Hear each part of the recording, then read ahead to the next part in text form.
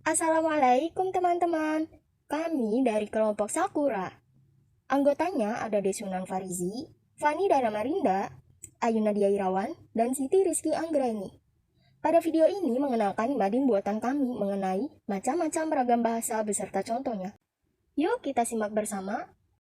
Apa itu ragam bahasa? Ragam bahasa adalah variasi bahasa menurut penggunanya. Variasi ini ditentukan oleh faktor kebahasaan dan faktor di luarnya, seperti lokasi geografis, waktu, sosial kultural, dan situasi. Hasil dari ragam bahasa adalah perbedaan pelafalan, diksi, dan kaidah. Ragam bahasa dibagi menjadi 3 jenis. Pertama, kronolog, ragam bahasa yang berhubungan dengan perkembangan waktu. Kedua, dialek, ragam bahasa yang dilatar belakangi oleh golongan sosial penuturnya. Ketiga, sosiolek, ragam bahasa yang dilatar belakangi oleh kondisi geografis.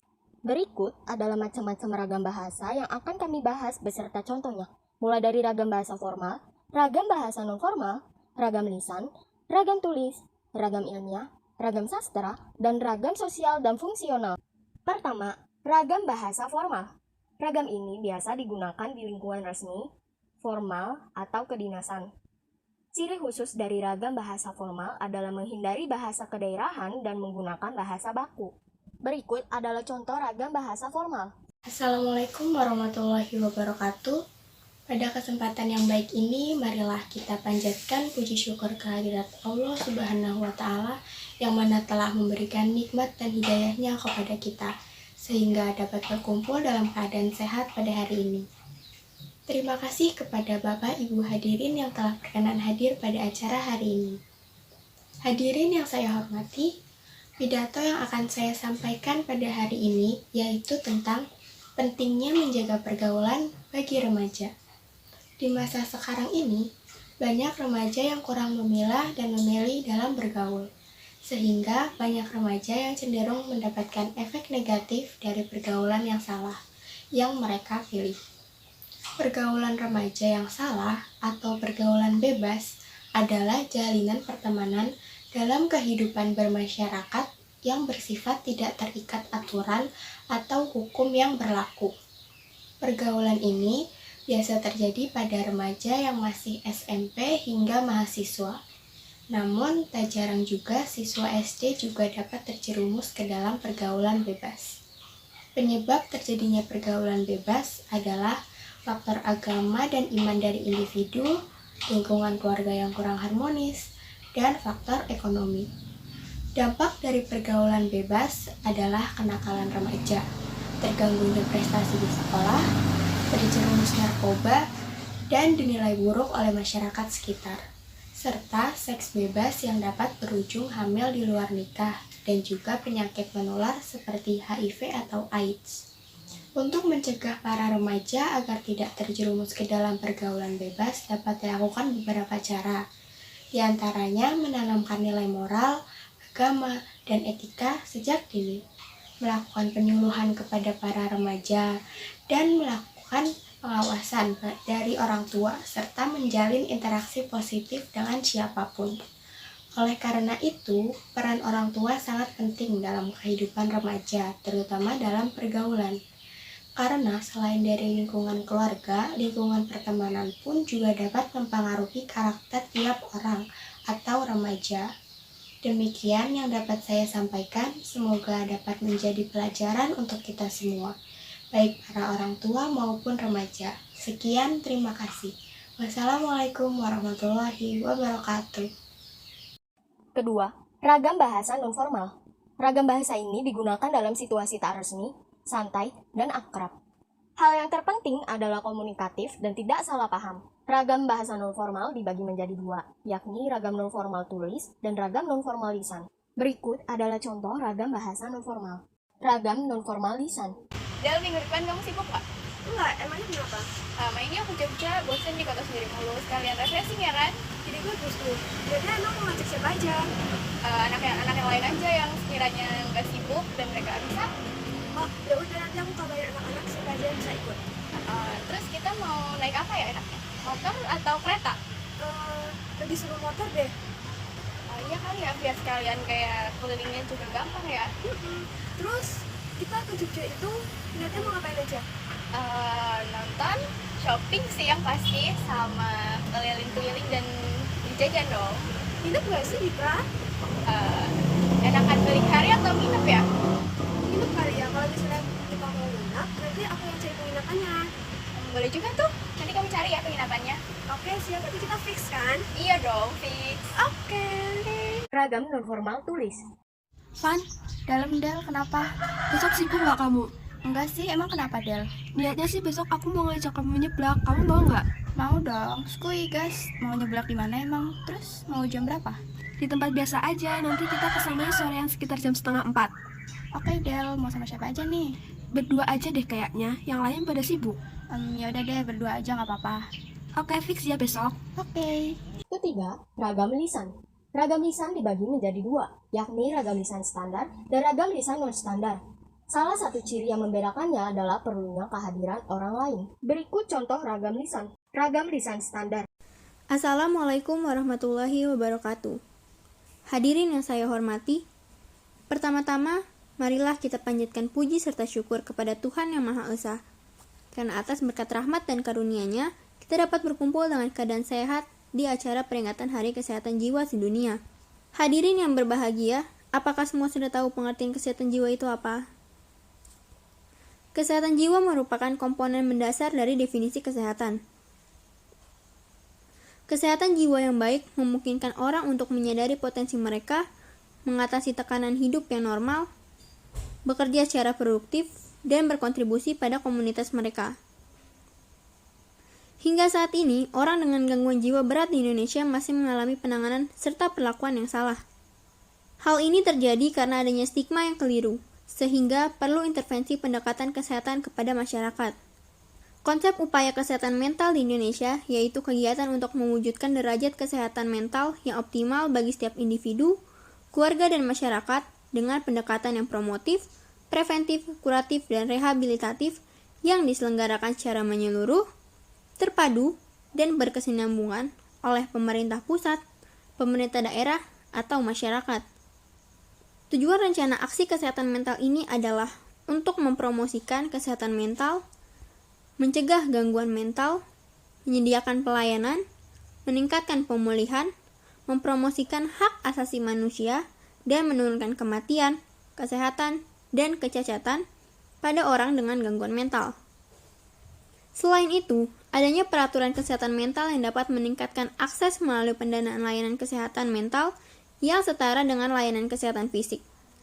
Atau dengan menetapkan bahwa layanan perlu disediakan melalui pusat perawatan kesehatan primer atau puskesmas dan di rumah sakit umum. Demikianlah pidato yang dapat saya sampaikan. Saya berharap masyarakat segera sadar akan kesehatan mental. Akhir kata saya ucapkan terima kasih. Wassalamualaikum warahmatullahi wabarakatuh. Ragam lisan non-standar. Hai Bara, Halo Bina, gimana kabarmu? alhamdulillah baik. Kamu gimana? Alhamdulillah baik juga. Kamu lagi sibuk apa? Aku lagi sibuk kuliah. Kamu lagi sibuk apa? Oh, aku lagi sibuk les buat daftar jadi polisi. Wah, hebat ya kamu. Ah, biasa aja. Oh iya, hari Sabtu kamu sibuk nggak? Nggak sibuk sih. Emang kenapa? Kamu mau jalan-jalan ke taman safari sama aku nggak? Wah, boleh tuh. Sekalian liburan juga aku. Ya udah kalau gitu, aku yang mesen tiketnya ya. Harganya berapa? Udah, tenang aja, aku yang bayarin. Kamu tinggal duduk manis aja di mobil. Gak bisa gitulah. Gak apa-apa, nanti aku jemput ya jam 8 pagi. Kita berangkat pagi biar gak macet. Ya udah. Oke kalau gitu. Oke, sampai ketemu hari Sabtu ya. Oke, sampai ketemu juga. Keempat, ragam tulis. Ragam tulis adalah bahasa yang ditulis atau dicetak. Ragam tulis dibagi menjadi dua, yakni ragam tulis standar dan ragam tulis non-standar. Ciri khusus yang membedakan dengan ragam lisan adalah tidak memerlukan kehadiran orang lain. Berikut contoh ragam tulis. Ragam tulis standar. Analisis situasi kesehatan mental pada masyarakat di Indonesia dan strategi penanggulangannya. Definisi kesehatan mental menurut WHO adalah kondisi kesejahteraan atau well-being seorang individu yang menyadari kemampuannya sendiri, dapat mengatasi tekanan kehidupan yang normal, dapat bekerja secara produktif, dan mampu memberikan kontribusi kepada komunitasnya. Kesehatan mental jelas merupakan bagian integral dari definisi sehat, sehingga tujuan dan tradisi kesehatan masyarakat dan promosi kesehatan dapat diterapkan sama bermanfaatnya dalam bidang kesehatan mental. Kesehatan mental membahas lebih daripada tidak adanya penyakit mental, yang sangat penting bagi individu, keluarga, dan masyarakat. Kesehatan mental merupakan pendekatan multidisiplin yang mencakup promosi kesejahteraan, kesehatan mental, dan pencegahan penyakit. Gangguan mental menurut WHO terdiri dari berbagai masalah dengan berbagai gejala. Namun, mereka umumnya dicirikan oleh beberapa kombinasi abnormal pada pikiran, emosi, perilaku, dan hubungan dengan orang lain. Contohnya adalah skizofrenia, depresi, cacat intelektual, dan gangguan penyalahgunaan narkoba, gangguan afektif bipolar, demensia, cacat intelektual, dan gangguan perkembangan termasuk autisme. Pada konteks kesehatan jiwa dikenal dengan dua istilah untuk individu yang mengalami gangguan jiwa. Pertama, orang dengan masalah kejiwaan atau ODMK. Merupakan orang yang memiliki masalah fisik, mental, sosial, pertumbuhan, dan perkembangan. Atau kualitas hidup sehingga mereka memiliki risiko mengalami gangguan jiwa. Kedua adalah orang dengan gangguan jiwa atau ODGJ.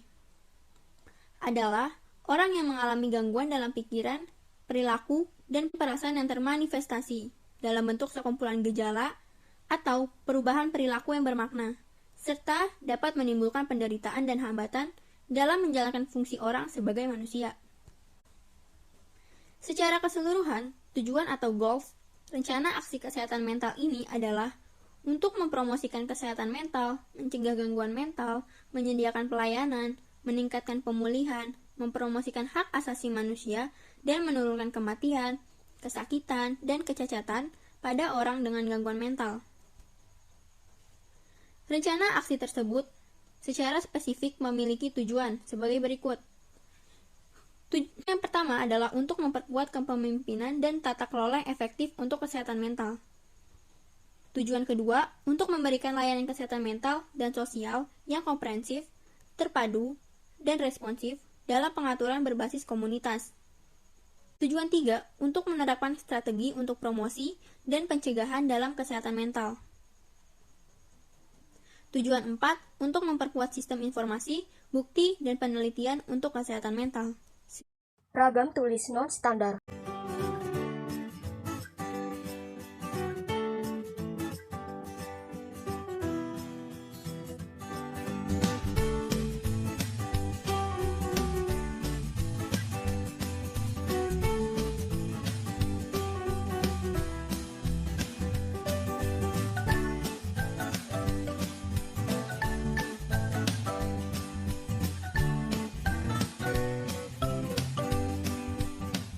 Kelima, ragam ilmiah.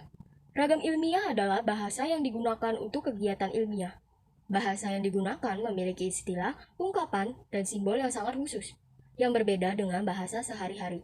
Salah satu ciri khususnya yaitu lugas, cermat, dan tidak ambigu. Berikut contoh ragam ilmiah.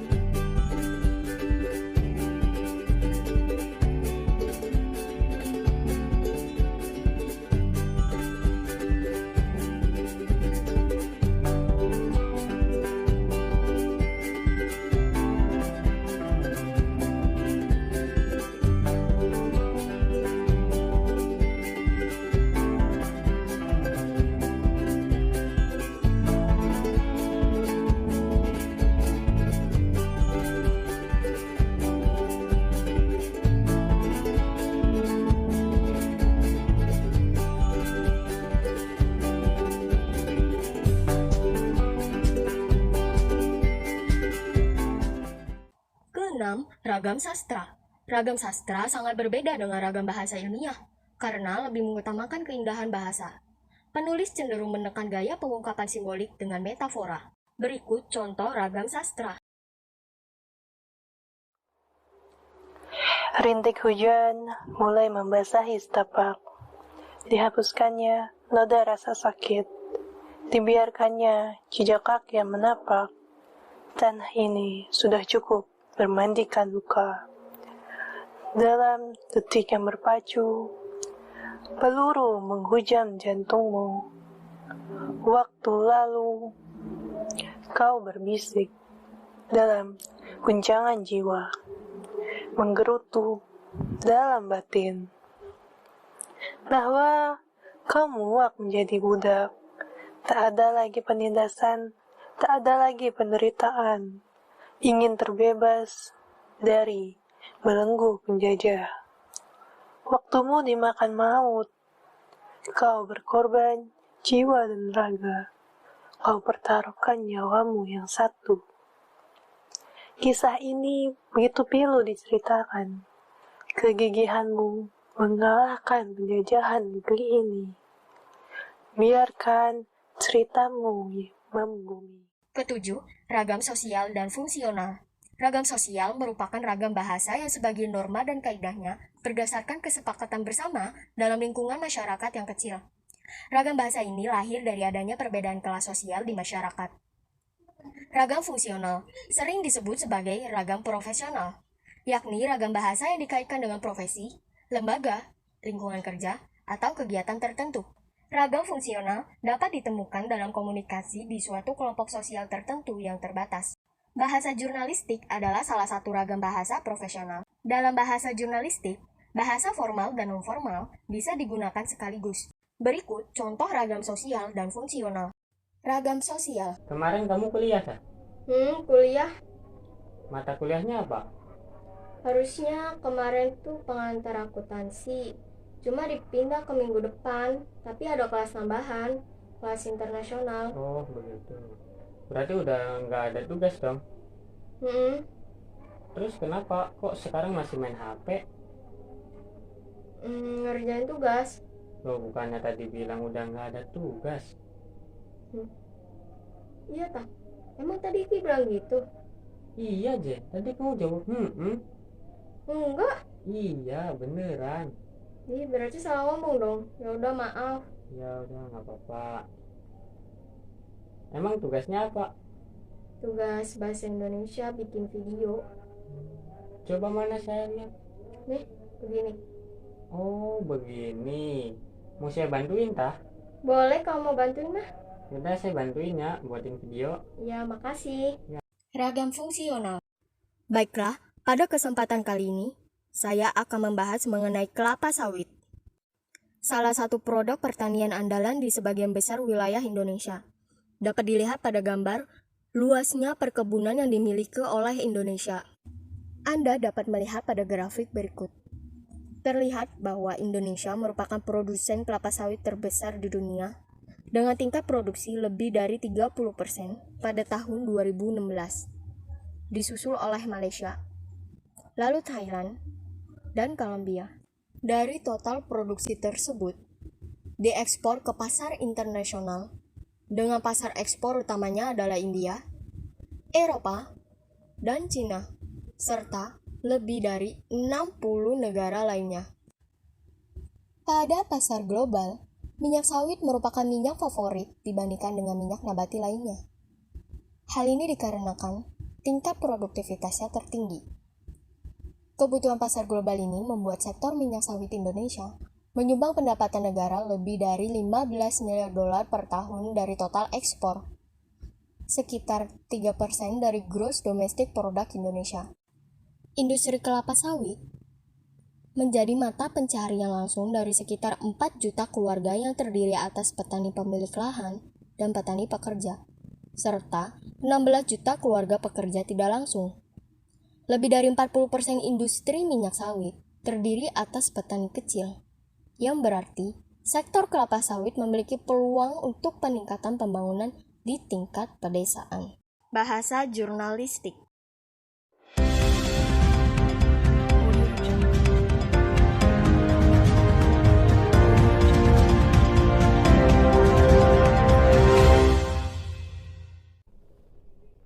Halo, selamat siang saudara.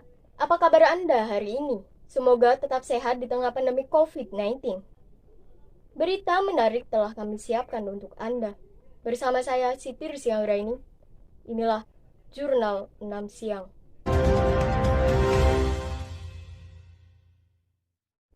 Pemerintah memastikan akhir tahun ini akan dilakukan vaksinisasi terkait wabah COVID-19. Sebanyak 3 juta warga diharapkan menerima vaksin tahap awal tersebut. Namun, pemberi vaksin akan diprioritaskan kepada mereka yang bergerak di bidang kesehatan. Pemerintah kembali mengupdate informasi terkait vaksin yang diharapkan dapat menjadi obat mujarab untuk mengatasi pandemi COVID-19. Ketua Komite Penanganan COVID-19, Erlangga Hartanto menyebutkan, pada akhir tahun ini akan masuk 3 juta dosis vaksin. Namun, sebelum diberikan kepada masyarakat, pemerintah akan memastikan keamanannya melalui BPOM. Akan tetapi, pada tahap awal prioritas vaksinisasi dilakukan terhadap warga yang bergerak di bidang kesehatan, seperti dokter dan perawat, di bidang pelayanan publik, dan berikutnya kepada anggota masyarakat yang rentan terkena COVID-19. Saat ini pemerintah tengah membuat roadmap vaksinisasi. Informasi selanjutnya akan disampaikan saat vaksin telah tersedia, termasuk harga vaksin bagi masyarakat yang akan melakukan imunisasi secara mandiri. Sekian berita terkini dalam program Jurnal 6 siang kali ini. Saya Siti Rizky Anggraini mewakili seluruh kerabat yang bertugas mengucapkan terima kasih, selamat beraktivitas, dan sampai jumpa.